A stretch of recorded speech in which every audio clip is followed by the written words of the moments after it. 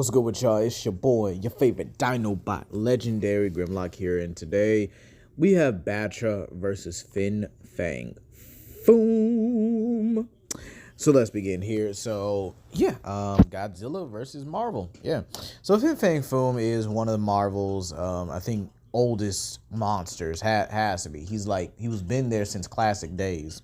Fang Foom is incredibly strong, actually is able to go toe-to-toe and blow for blow with the characters like Hulk and Mangog pretty easily.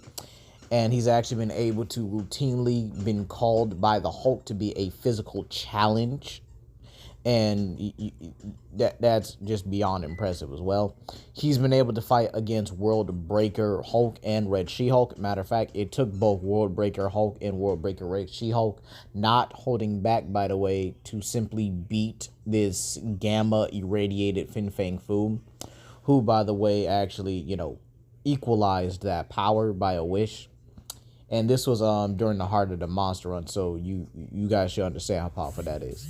He's been able to go toe-to-toe and even being able to harm Omega-level mutants like Iceman, which is, again, no joke. Omega-level mutants are capable of destroying planets, and if not, actually being able to destroy universes as well. Iceman, at this point in time, was actually able to freeze space and time itself. Yeah, I mean that literally. He froze space and time on a quantum level. Yeah, I know, it's absolutely ridiculous and crazy. He's actually been able to take attacks from Hulk, Thor, Iron Man, Fang Foom, Poison, which was a poison version of himself, and take attacks from the from Kid Kaiju and the Monster Society. So again, Fang Foom is incredibly powerful and incredibly durable. He's also pretty fast, being able to tag characters like, Hulk, Thor, actually being able to catch Terrax, who is an FTL being. He's been able to even dodge attacks from Hulk and Thor, so it's actually pretty consistent for him to be faster than light, to many times faster than light, to immeasurable in speed here. And in terms of versatility, he has his flight like he usually has, and I think another thing he also has is his fire breath. Now, this has been changed so many times to fire, to acid, but let's call it what it is. It's an acidic fire, which is actually pretty dangerous when you actually think about it. He's able to melt through steel, burn the Hulk, harm Human Torch. Has actually been able to one-shot Fat Cobra, okay? He's just routinely been able to, use this breath to, harm beings and monsters that are considerably on his level, okay? So, yeah, Fang Foom is actually pretty consistent when it comes to, this sort of tier here. I think if I had to give him a tier, he's easily a planet to universal level character, from base to all the way, going all out. You can even argue a character that can threaten the Marvel multiverse as a whole, considering Fang Foom should scale to Hulk. Okay, should scale to Savage Hulk, who has been able to actually shake the entire Marvel multiverse before, but I digress. So now we're going to have to go to Battra, all right? Battra, even as a larva, was actually known to be a very powerful entity, actually stronger than regular Mothras. And these regular Mothras are consistently universal plus beings, being able to fight against Death Ghidorah, who was actually confirmed to be a threat to the entire universe and was actually going to destroy the entire universe as well.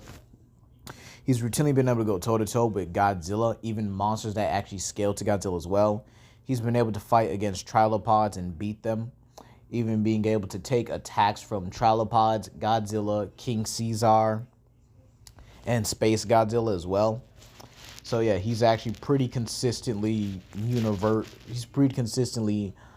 planet to universal to higher, okay? So Battra possesses a handful of abilities. Other than super speed, he possesses time manipulation, matter manipulation, molecular manipulation. His signature move is his eye beams, which have actually been shown to be as powerful as Godzilla's atomic breath on multiple occasions, to the point where they straight up stalemate each other every time. And I doubt Godzilla's holding back against Battra, albeit Battra has been an ally to him before, so it's very possible he is holding back. But then again, there have been more times where Battra's been ending, so it's very possible they go all out when trying to attack each other. And this has resulted in the two's mutual double KO. So on multiple occasions. So Battra is pretty consistent about this. Battra also possesses magic as well, being able to should be doing the same things as Mothra, like sealing, energy projection, energy manipulation, energy restraints, being able to change someone on the molecular level, being able to manipulate the concept of fate itself, meaning he's able to alter his own fate and alter other people's fate as well, meaning that, say, if you weren't supposed to die here, he can just make you die on the spot. He possesses telepathy, being able to mind control and even communicate with other beings as well, even being able to read an opponent's thoughts and predict their movements. So yeah, Battra has a very good catalog of powers and abilities that, you know, he and the other moths pretty much have here. All right, in terms of speed, he's easily faster than light to immeasurable speed. He should be faster than Mothra, who's consistently able to travel in time due to her own speed. And this should even scale him to Leo Mothra as well, who's also able to travel through time by his own speed. He should probably be above them because he should be a stronger moth as well. So I understand this is a bit early, and I think the breakdown is a bit early, but yeah, let's really talk about this here. So Fang Foom, in my opinion, is not a good opponent for Godzilla. I've stated this, I think I only stated this one time on the channel, but let's drive the point home here. Fang Foom is really not a good opponent for Godzilla, just due to the lack of consistency and the lack of monster on monster showings. Even his monster on monster showings are very inconsistent.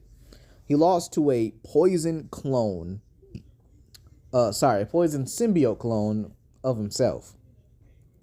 Meanwhile, Godzilla's been able to battle against and defeat Space Godzilla, who is a clone of him. Defeat Biolate, and she's a female plant mutant hybrid clone of him. So, yeah, I think it's pretty consistent to say here that Fang Foom is not on the same levels as Godzilla.